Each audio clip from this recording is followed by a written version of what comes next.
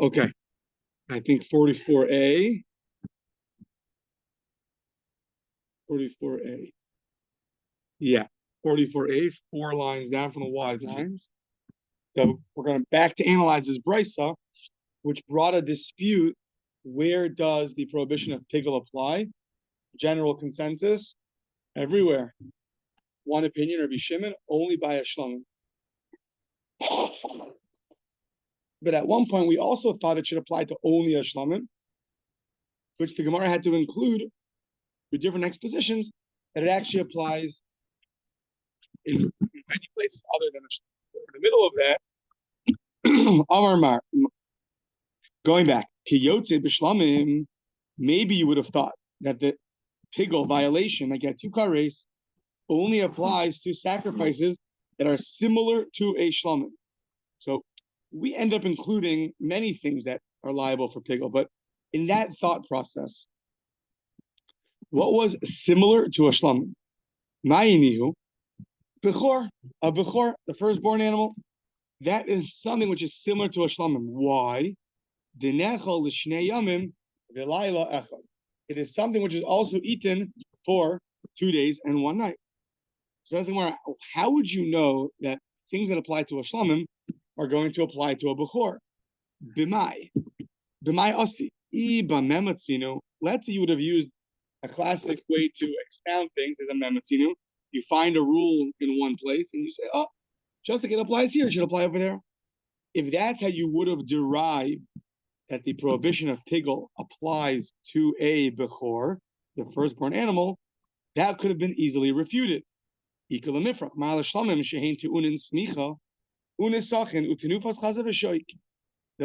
that would have been your method of learning the prohibition of pigel that should apply to a bechor, to the firstborn, I would have told you shlamim is very different.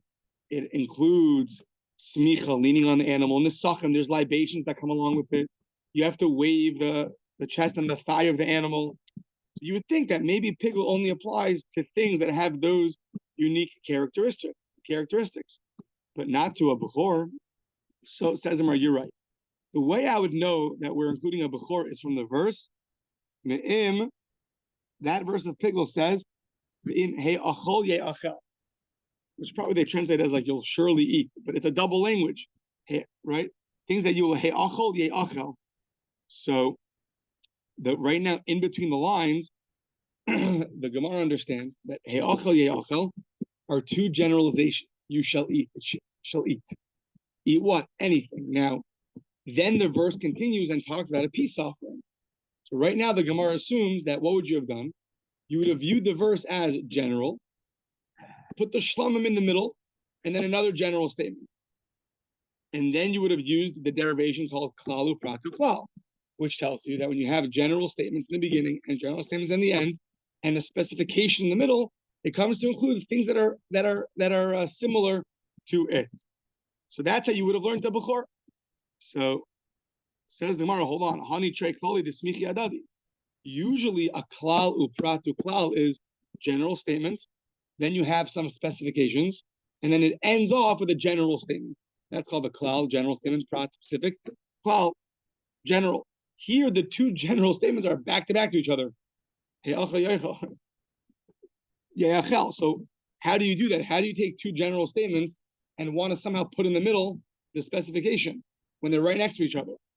So it says, Amarava ki Amri b'Marava, like they said in the West, in Eretz Yisrael, Kol makom shata motze shnei klalos hasmukum zelazeh hitel prapeneim v'donam klala prat. Yeah, they said that whenever you find in the Torah 2 general statements back to each other, right next to each other, it's coming to teach you that you should take the specification that follows, put it in the middle, and then use a derivation called a klal upratu klal. So just like they said that in the West, so too that would be the way that we would learn a bechor, through the method of a klal upratu klal, that things that are surely going to be eaten, pigel is going to apply, specifically by a shlamim, and then it should surely be eaten again. So it's coming to include anything which is eaten in 2 days and 1 night, such as a bechor, and that's how you would have learned out a bechor. Okay. Now, for the next while, we're going to be talking about the oil of the mitzvah. So very briefly, at the end of the Mitzora's purification process, he has to bring 3 sacrifices: an asham, a chatos, and an ola. 3 sacrifices. Now, after he applies the blood of the asham onto the altar, so then he gets the blood on his ear and his right finger and his right toe. Right, he gets the blood application on that. After that, the Kohen takes the measurement called a lug of shemen. It's the measurement of oil. He pours onto another Kohen's hand, and that Kohen sprinkles it 7 times. 7 times onto the altar. Afterwards, that leftover remaining oil, you apply it to the same place that the blood was applied to. You apply the oil to the ear, the thumb, and the toe. And then after that, the oil is fit for consumption. Whatever leftover oil remains after that whole process, then the Kohanim can consume it in whichever way they need. So why is it relevant to us? Because you have here 2 stages. You have here the blood of the asham offering, which now permits the oil procedure. So is that called a permitter, where it's liable pigel? And you also have the oil itself is sprinkled. Is that a permitter? How does that fit into pigel? So this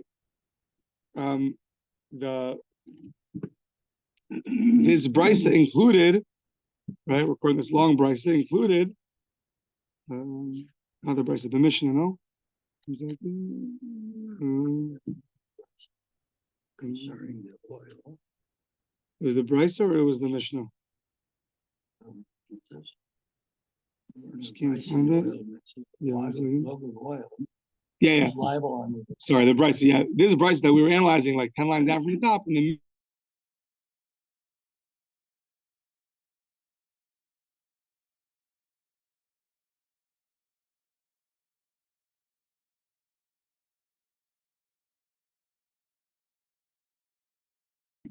so it says the Gemara, who's the opinion of the this brisa includes that there is pigel by this lug shel shemen, that there is pigel by the oil over here. So what's the case? So Rashi earlier explained, when you apply the blood, when the Kohen applies the blood of the asham offering onto the altar, which now permits the next stage, such as the oil, if the person at that point had the wrong intention when he applied the blood, then that's going to that will cause pigel. Yeah, and then you can't use the oil anymore. So the blood application of the asham with the wrong intention could ruin the ability to apply the oil. Fine. So yeah. Okay. So now whose opinion is that? That is the opinion of Rabbi Meir. How do I know? The Tanya Lug Shel Shemen, because Rabbi Meir says, I believe this is in our Mishnah, Lug Shel Shemen Shel Mitzora, Chayav and Alav Mishum Pigel de Rabbi Meir.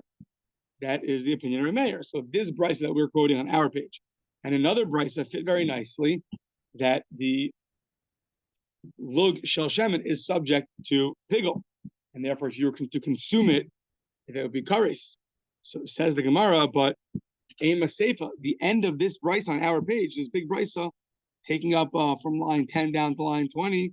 So it says at the end, Umotzi Anias Minchas Nisachim V'Hadam, that the different offerings, some offerings required libations, some flour offerings, and sometimes you can bring an offering with voluntary libations. So when you apply the blood of the offerings, and now you bring the libations afterwards, so are they subject to pigel as well? When you apply the blood and you have the wrong thought, so does that ruin your libations? So the end of the brisa says that we actually exclude minchas nesachim v'hadam, that the flour, the libation offerings, the flour offering, you have the libations with them, the hadam, that there, when you bring those offerings and you apply the blood and you have the wrong intention, it's not going to invalidate the libations. Who is that opinion like? That's like the Rabbanan. How do I know? The Tanya Niske Behema Chayav Lam Mishum Pigel, Mipnei Shadam Zevach Matir Likarev Divri Rabbi Meir, that the libations of an animal you're liable for pigul. So you bring an animal and you apply the blood, and you have to bring libations afterwards. And if you had the wrong intention while applying the blood, that will create pigul for the libations, and you cannot consume them. You can't bring them up. That's only the opinion of Rabbi Meir. Amrulo, they said to him, the Chachamim said back to Rabbi Meir, the hello adam maybe as zbachim hayom when it's mikana asara yomim. I don't understand. You see from the fact that a person can bring the animal today, and he has up to 10 days to bring the libations, that there's not necessarily direct connection between them. So the blood of the animal does not permit the libations, because look, you have up to 10 days to bring it. So you see their connection is not so strong, and therefore having a pigul intent during the application of the blood should not cause pigul to these libations. Yeah. Amar lahen, Rav Meir said back to them, Afani lo amarti ela bebayinim azevach. Rav Meir says, you're right. I'm only talking about when the libations are brought that day with the offering. In that case, if you mess up during the application of the blood, it'll cause pigul to the libations. But what do you see? You see there's a machlokas, Rabbi Meir and the Chachamim. Can the wrong intent during a blood application cause pigul for the libations? The Chachamim say it cannot, and Rabbi Meir says it could. So this brisa that we had earlier, that included the lukshal shemen of a mitzorah, that pigul applies to the oil of the mitzorah, that was representative of Rav Meir.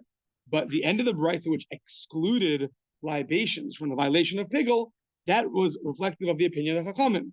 So we never like to make a Mishnah or brisa have two authors. That's our almost like our last option. So that's what we're asking. The beginning is Rav Meir and the ends the Rabbanon, basically. So Amar Rav Yosef, Hamani, Rebbe.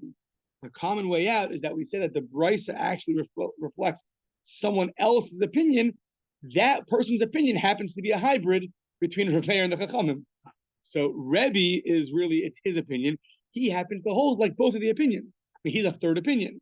You have A, you have B, or you have AB, right? So Rebbe, he the Amar Luksha Matanosav Sharule. Rebbe says that the oil of the Mitzorah, Matanosav, its applications is what permits it, meaning it is a permitter. The application of the oil of the Mitzorah is what permits it for consumption. From the fact that its application on the altar permits it, that means that its applications could also falter. It could also cause pigul. The Tanya, as the brisa says, look shal shemen shal mitzorah. So here we have a brisa that represents this view. So now we know that me'ilah is something which you cannot get benefit from things that belong to the temple. That's called me'ilah. Look shel shemen mitzorah. So the oil of the mitzorah, molin bo, there is me'ilah until what point? Ad sheyizrok hadam, until the blood has been applied by the asham offering of the mitzorah. Afterwards, there is no more me'ilah. There's no more prohibition of me'ilah, of using the oil for your own benefits. Let's say after they apply, before they apply the blood of the asham, you go take the oil and anoint yourself with it. You're in big trouble. That's me'ilah. After they apply the blood of the asham, you go take the oil and you apply it on yourself. That's no longer me'ilah. You're not liable for that grave sin called me'ilah, which has a whole tractate about it too. Don't worry. So, molin bo ad sheyizrok hadam. However, nizrak hadam, once the blood has been applied, once the blood has been applied, so then sounds like almost maybe something of rabbinic nature. You can't get benefit from it, but there's no me'ilah. It's like a middle ground. You can't go apply it on yourself, but if you do, you're not subject to me'ilah. Yeah, I don't know if it's rabbinic or not rabbinic, but it's not me'ilah because at the end of the day,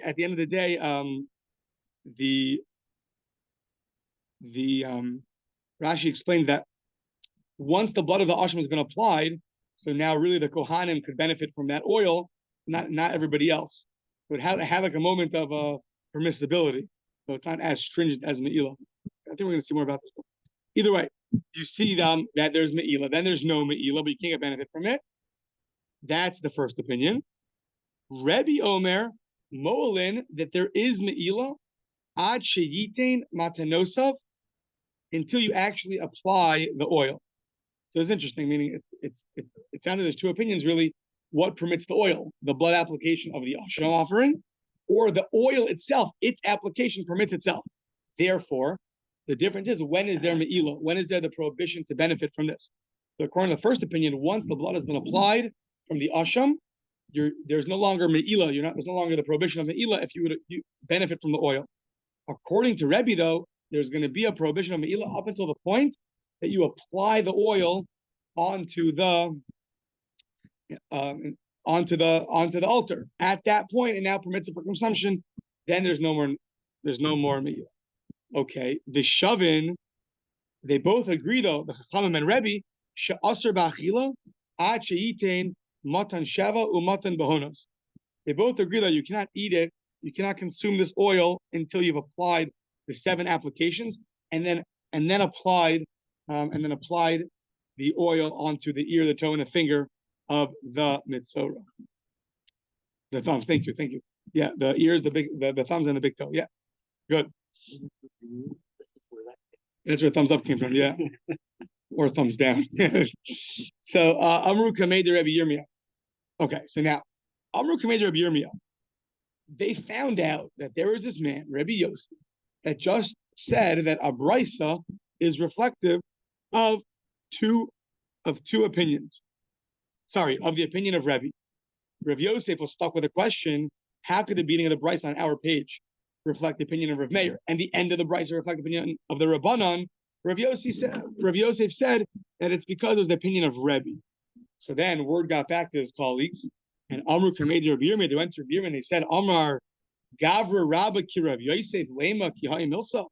Can a great man like Rav Yosef, could he really utter such a thing that the brisa is reflective of Rebbe? Turning the page, Hare Log Hacha Bifnei Atzmo, that the amount of oil above Bifnei Atzmo the Lekuli Alam Matanot of Sharulei below Faginlei. At the end of the day, the Lukshal Shemen, the oil of the Mitzorah, it can come after 10 days, up to 10 days, and therefore the blood of the Asham offering is not what permits it. Its own application permits it.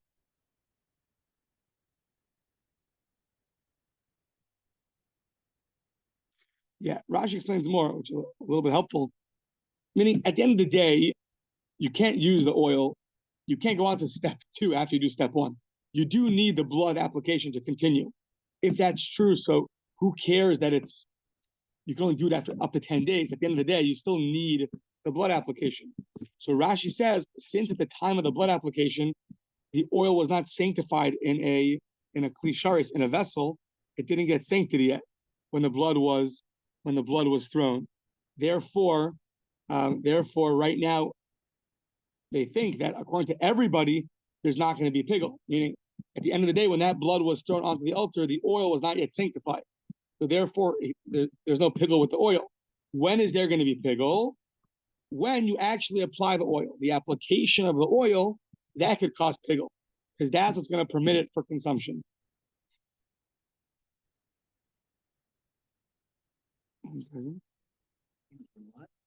Is liable on their account carried because of what throwing of the water action also permits the oil for application.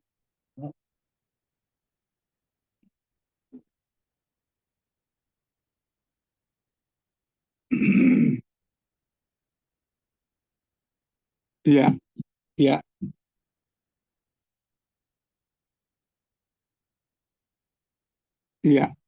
So at the end of the day, they're saying that everyone agrees that there's no pigul at that point. The pigul is going to be when you apply the oil onto the altar 7 times. At that point, if you have the wrong intention, then that could cause pigul. How do I know? The Tanya, Luke Shoshem and Shemitzorah, says, Brisa, that a Luke Shoshem and Shemitzorah chayav l'am mishum pigul. Why? Mipnei shadam matira lebahonos divrei b'meir. That according to Rav Meir, though, the application of the blood can still cause pigul and invalidate the oil. That is Rabbi Meir, because he holds that the blood application does permit the oil to be placed onto the to be used. So Amru Reb Meir, they told Reb Meir, maybe a person's going to want to apply the blood now and bring the oil up to 10 days, and you're going to tell me that the blood's going to cause a pigel on the oil? No. He says back to them, we just had this earlier, Reb Meir says, even I agree, it's only when they're brought together, they're brought on the same day. But you're right, when they're brought at a totally separate time, there's going to be no pigel. There's going to be no pigel. So, Ella Amar Reb Yirmiyah, so says Reb Yirmiyah, really, that brisa that includes the lug shel shemen, that it's subject to pigel, like that brisa implied, that's really the opinion of Rav Meir. It's really going to be the opinion of Rav Meir. However, the end of the brisa that talked about libations, which reflected the opinion of the Rabbanan, Rav Yirmiyah is stuck. He said there must be a mistake in the brisa. Remove the part about Nesachim. Therefore, the whole brisa could reflect Rav Meir. Should be reflective of Rav Meir. So, yeah, Amar Abaye, no. A third opinion. First was the opinion of Rebbe. Now, Rav Yirmiyah said the holding was Rav Meir. Amar Abaye, no. La'olam lo tismi. Don't delete it. V'tana lo kaba ima asham. Say that the case where there is me'ila is going to be where the oil is where it's brought that day, not at a separate time. And the part about Nesachim is also talking about a libation case where it's brought together with the offering, not at a separate time. So the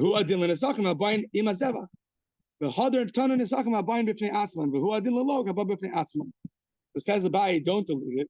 Rather, the cases of the oil is going to be where it's brought with the asham offering, and the Nesachim are brought with their offerings. The libation are brought with their offerings. And afterwards, it talks about libations brought on their own and the oil brought on its own. But according to this, the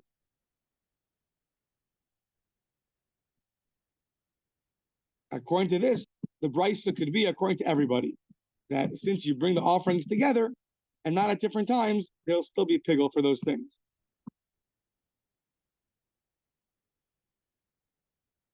So as long as the oil is brought together with the blood offering, it happens together, right? Simultaneously, not literally, but on the same day, then it sounds like according to everybody, even the Chachamim will agree that there's going to be pigel over there. So you have the blood of the mitzorah, the blood of the asham of the mitzorah, and you have the bringing up of the flour offerings. After each of those, you have the oil, you use the oil, and you have the libation. And they can be brought at a later time, to which we said then there can't be pigel. The earlier things can't permit the libations on the oil. It's too far apart. So we're saying, now you're right. The brisa that mentioned the log shel shemen of the mitzorah and the libations was referring to a case where they're brought together the same day as their permitter. So the blood of the asham is followed by the usage of the oil. The libations are followed immediately after their permitters, putting the flour offering onto the altar. And in that way, everyone agrees that there's going to be pigel. If you do it at a totally separate time, then you're right. Then there's not going to be pigel. That way, the brisa can be according to the Chachamim. So we have all three extremes. Either the brisa is both, Rav Meir and the Chachamim. That's Rav Yosef. That's the opinion of Rebbe. According to Rav Yosef, the opinion of Rebbe, who has both. He's the hybrid. Then you have Rabbi Yirmiyah, who says it's Rav Meir and delete the last part of the brisa. Or you have Abaye, who says it's applying to certain cases, and therefore it can go even according to the rabbis. Fine. Chata sa'ov dama matir as bisar lekohanim. The mission. Now we're going back to the mission and finding sources for all of those things that are listed. So the chatas of an oath, the bird sin offering, its blood permits the meat to be eaten by kohanim. How do I know? The Tani Levi taught us, kol korbanim, all the korbanim, the word kol comes to include. What does it come to include? The rabbis, lug shemen shel mitzorah. Our favorite thing, the oil of the mitzorah, yeah? Min ha'esh, one of the high love, moser min ha'eshu. You would have thought that since it says from the fire, it's only things that are remnants of the fire that pigel is going to apply to. Kamash Malan, that even things that are not remnants of the fire, pigel will apply to them too. I'm sorry, what's that have to do with the sin offering of the bird?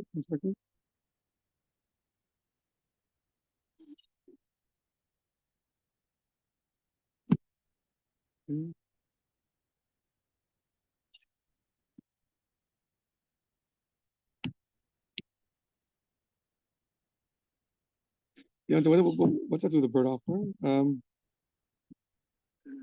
Yeah, meaning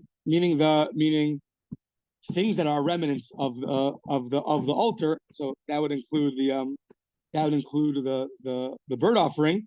So those things are for sure included in pigel, but we're including even things that are not remnants of the altar from the fire, such as the oil. The oil is not a remnant; is not like that. That's also going to be included in pigel.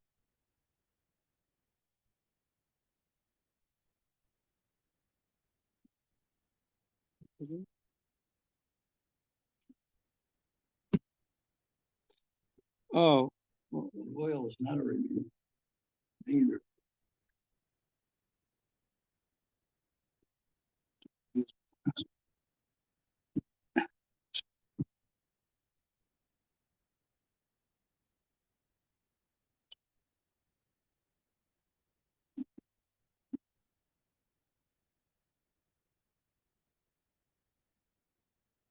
one second. Yeah, sorry, we're not done yet. Magimar puts in periods. That's why you gotta take out the periods. The printers, I don't know how. Yeah, that's why I got confused. Sorry. They put a printer. Yeah, okay, take out the period. Fine. So all we're saying now is that Levi just thought that the oil can be, I think, consumed, right? Not only things that are from the fire can be consumed, but even things that are here, like the oil, that can also be consumed. That's what we want right now. So that's parenthetical to our conversation. That the oil of the mitzvah, at the end of the day, after all the dust settles, it's also going to be able to be consumed. Fine. That's parenthetical to our conversation. We're not at our answer yet. We asked, how do you know that there's pickle by the sin offering of the bird? We'll get there soon. Okay. So l'kol minchasam, it says in that verse also, for all the mincha offerings, for all the flour offerings, what's the kol coming to include? L'rabos minchas omer or minchas akinos. It's coming to include the flour offerings of the Omer that we bring, right? The second day of Pesach, we bring, that's what we start counting serious Omer, that permits the new grain. Minchas kinos, and the flour offering of kinos, of jealousy, which is what the sota brings, which is what the sota brings. Now, these are things that are also consumed afterwards. After all the dust settles, you can consume this also. How do I know? You would have thought that you could only consume the offerings that bring atonement. Minchas Omer, the Omer offering doesn't bring atonement; it permits the new grain. And the offering of the sota doesn't come to atone; it comes to clear, to clarify for us that you committed an avera or not. You'd have thought that those things you cannot consume after you bring them up on the altar. Kamashman, even things that are not for atonement can also be consumed. Okay. Now what we need l'chol chatasim l'rabos chatasao. It says l'chol chatasim that we're coming to include all the sin offerings. What's all l'chol? L'chol is always one of those words that includes something else. All the sin. What do you mean all the sin offerings? L'rabos chatasao. And a chatasao is also fit for consumption after it's brought up. Why would you have thought not that way? Because the way you do it, you don't slaughter it. You do malika. Malika is a special process of the Kohen that kills the bird, not through the method of shechita. And yet we say that still that bird is still something which is able to be consumed afterwards. Meaning after everything is brought up, you are allowed to consume that the remnants of that offering. You are able to eat it.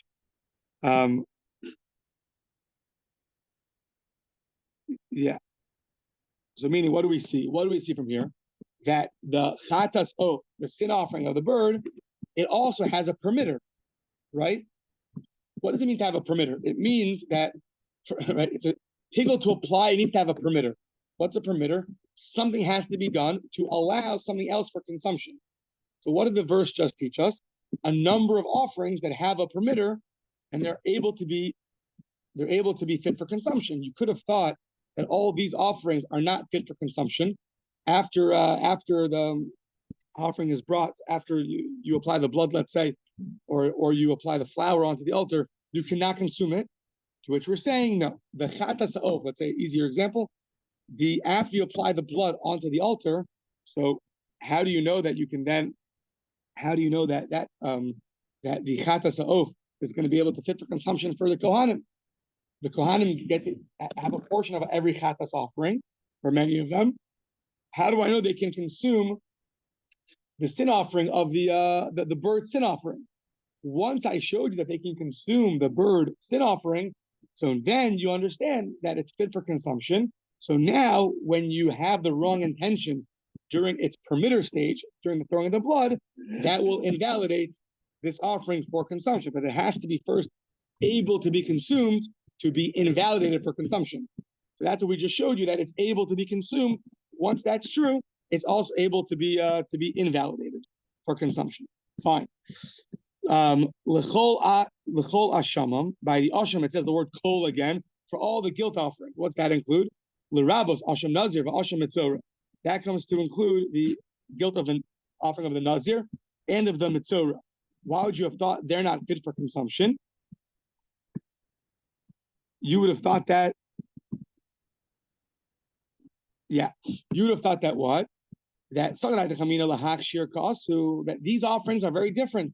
They're not coming to atone, they're coming to give you a state of purity.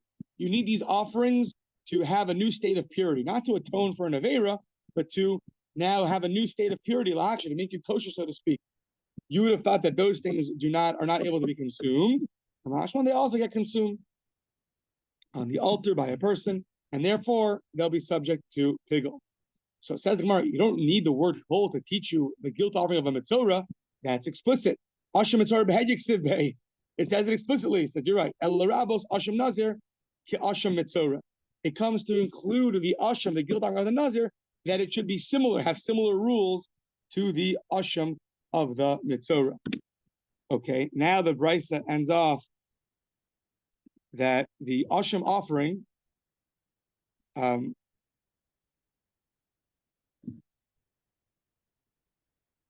so somebody who lies about having someone else's deposit, and then he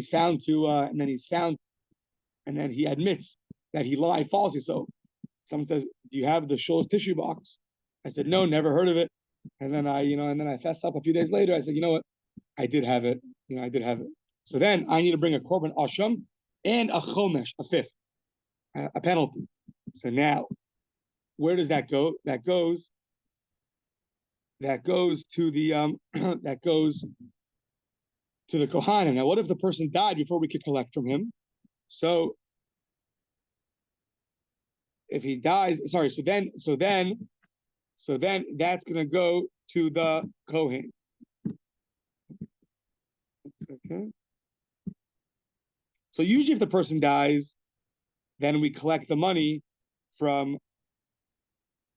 Right. So when a person steals from his friend, and then he swears falsely, and then he admits to swearing falsely, he has to pay the principal and an added fifth to the owner. Now, what happens? And then he brings an asham to the mizbeach, to the altar. If he dies, then we collect from his inheritors, from his yorshim. What happens if he's a ger with no relatives, a convert that has no relatives? Then what do? Asher yashivu ze gezel hager. That at the end of the day,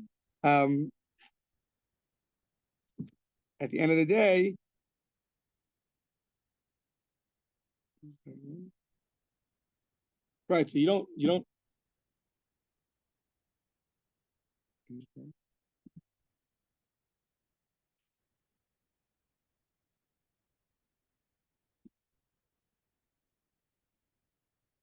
Sorry, not the guy who stole died. The other guy died. The guy you stole from died. What if the guy that was stolen from was a ger with no inheritors?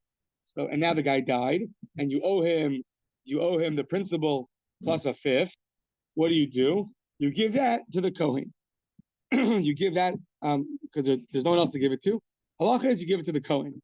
Fine. So lechahu shelcha yihiyeh Afilu Kaddish Bo'os Isha. Not only is it the Kohen's, but it's totally his. So much so he can go and take that and marry a woman with it. That's a sign that it fully belongs to him and not to the temple. So other things like the sin offering, it's not his. He's allowed to eat it. When he eats from the Chattas offering, the Kohen, he's eating from, so to speak, God's table. It's not yours. You're allowed to eat it. When it comes to this, that he returns to you the principal plus a fifth, that is yours, and you can now marry a woman with it. But it's not just yours to eat or to use; it's fully yours, and therefore, So therefore, it differs in terms of other things that the Kohen could do, such as like eat the Chattas offering, I believe. Okay, Tanya, Rabbi Elazar Omer Mishum, Rabbi Yossi. Sorry, Tanya, Rabbi Elazar Omer Mishum, Rabbi Yossi Aglili. Rabbi Elazar says in the name of Rabbi Yossi Aglili, Pigel B'davar Hanase. Okay, so a few cryptic statements, and we're going to fill in the blanks. Pigel B'davar Hanase B'chutz. So one had a pigel intent by something which happened outside. Pigel B'davar Hanase B'fnim. Low pigel. If you do have pigels on something that happened outside, yes, pigel, something inside, no pigel. What does that mean? Ketzad, what's the case? If you're standing outside and you're saying, I'm going to check this in order to sprinkle the blood, in order to sprinkle the blood tomorrow. Low pigel. That's not pigel. Because standing outside and checking something, that's done outside. Checking is done much farther outside than the sprinkling of the blood, right? Even a Kohen could check, even a Yisrael could check, but he can't sprinkle the blood. If you have a thought while you're outside on something done inside, that's not pigel, right? Pigels, we know already, is only by things that are consumed, not by sprinkling of the blood. Alternatively, if you're standing inside the Amar Hareini Maze Almanas Lahaktir Emurim, Belishpok Shirayim Lamachar, low pigel. According to him, if you're standing inside sprinkling the blood and you say, I'm sprinkling the blood on condition to bring the sacrificial parts or to spill the blood tomorrow, that's also low pigel. That's also not pigel. Why? It's a thought that was done inside on something which is going to be done outside. However, if you're standing outside, if I'm standing outside slaughtering something and I'm saying, I want to spill the remnants of the blood tomorrow onto the altar, or lahaktir emur lamachar, or to go bring the limbs, the sacrificial parts tomorrow, that's pigel according to Rabbi Yossi, because it's a machshava b'chutz. It's something that you're doing when you're outside, such as slaughtering. B'davar hanasa b'chutz, on something which is going to be done outside. I guess outside means on the outer altar and not the inner altar. So according to Rabbi Elazar, in the name of Rabbi Yossi, that is going to be pigel. Yeah. You can't. Yeah. That's why it's pigel. Yeah. That's why it's pigel. Yeah. Yeah.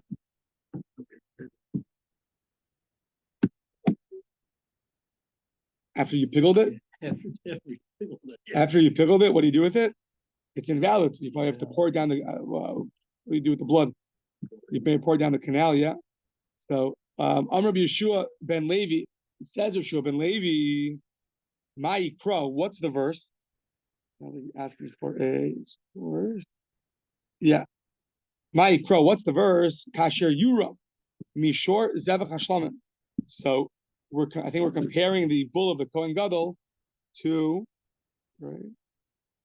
Yeah, to the Shlamim offering. So, what are you learning from the ox? The ox? Yeah, the ox, right? The shore of the Zevach Shlamim. What are you learning from the ox of the Zevach Shlamim? Me'atel. Ella Makish Par Kohen Mashiach l'shor Zevach Shlamim. We're comparing the bull of the Kohen Mashiach to the offering brought as a Shlamim. What's the comparison? Masher Zevach Shlamim Achu Maisav U'Machshavosov Al Mizbech Achitzon Af Par Kohen Mashiach Achu Machshavosov U'Maisav Al Mizbech Achitzon. So we're learning that just like the shlomim is done on the outer altar, when it comes to this bull, it's only going to be pigel for things that are done on the outer altar, and not things done on the inner altar. So we're limiting pigel to only things done on the outer altar, just like a shlomim. Amar Rav Nachman, Amar Rabba Baravua, Amar Rav, Halacha Kirebi Elazar. This that we just said about only doing something on the outside, to have a thought on the outside. So according to Elazar, shechita on the outside to throw things onto, or for the altar, the outer altar, to consume things. That opinion, that's what the halacha accords with. Only things that while it's on the outer service, and the wrong intention is for an outer service, not on the outer altar, only that will create pigel. That's what the halacha is like. So, Sh'amar Mishum Rabbi Yossi, that what she said in the name of Rabbi Yossi. Amar Rava Hilchas Mashiach. What are you telling me halacha for? It's only when Mashiach comes that it's going to be applicable. So what do you mean halacha sounds like for here and now, but it's not for here and now. It's for Mashiach. It's for when Mashiach comes. So maybe the thought that some of you were thinking, yeah, Amar Le'abaye Elamiata Kol Shchitas Kachim Lo listening. Why are you learning the whole Mesechta Zevachim? It's not applying for now. It's not practical. Rabbi, teach me practical. Yeah, what's practical about this? So he said, I don't understand. You want to know why I'm not saying the halacha for when Mashiach comes? Why you learn this whole tractate? How's that? So Elamiata, what do you say? Kol Shchitas Kachim Lo listening. Hilchos Mashiach, it's halacha only for Mashiach's time. Ella, what are you going to say? Droish v'kabel schar. How can I reach kabel schar? So the first answer is, you're right. But just because things aren't practical today, you still expand them and receive reward. For that, we have to learn them. So that's one. Or haki kamina hilchasal lamali. So what I was asking was, what not why should we learn it, but why are you teaching me the practical application of it? Learning it, I understand, but the practical application of it, I was bothered by. Lishnachrina, Amrlei, halacha kamina. No. Another version is, no, you do teach things that are practical, even when Mashiach, even though Mashiach's not here yet, but you still teach things that are practical, right? Famously, the Chavetz Chaim, he has 3 volumes on all the halachas that are learned out of all these tractates, called Lekutei Halachos, gathering the halachas, and he was very big into learning these halachas because he had a suitcase packed, ready to go, and at any moment he's going to be called to go up to the temple. He's a Kohen, and like the rest of the Jewish people. And what's going to be? We're going to walk in not knowing what pigel nothing is. So he was very big into learning his halachas. In fact, he authored, I think it's a 3-volume set on all the halachas that come out of all these tractates. That's one. Another thing that I point out is anytime you learn about the halachas, it's akin. It's similar to actually bringing them up. Meaning, it's not just it's not 2 separate things, but learning about the chatas is also akin, similar to bringing a chatas. Okay. But it's more than that. It's on some level like you actually brought the chatas. It can atone. It could. I guess we should start the new Mishnah tomorrow. Okay.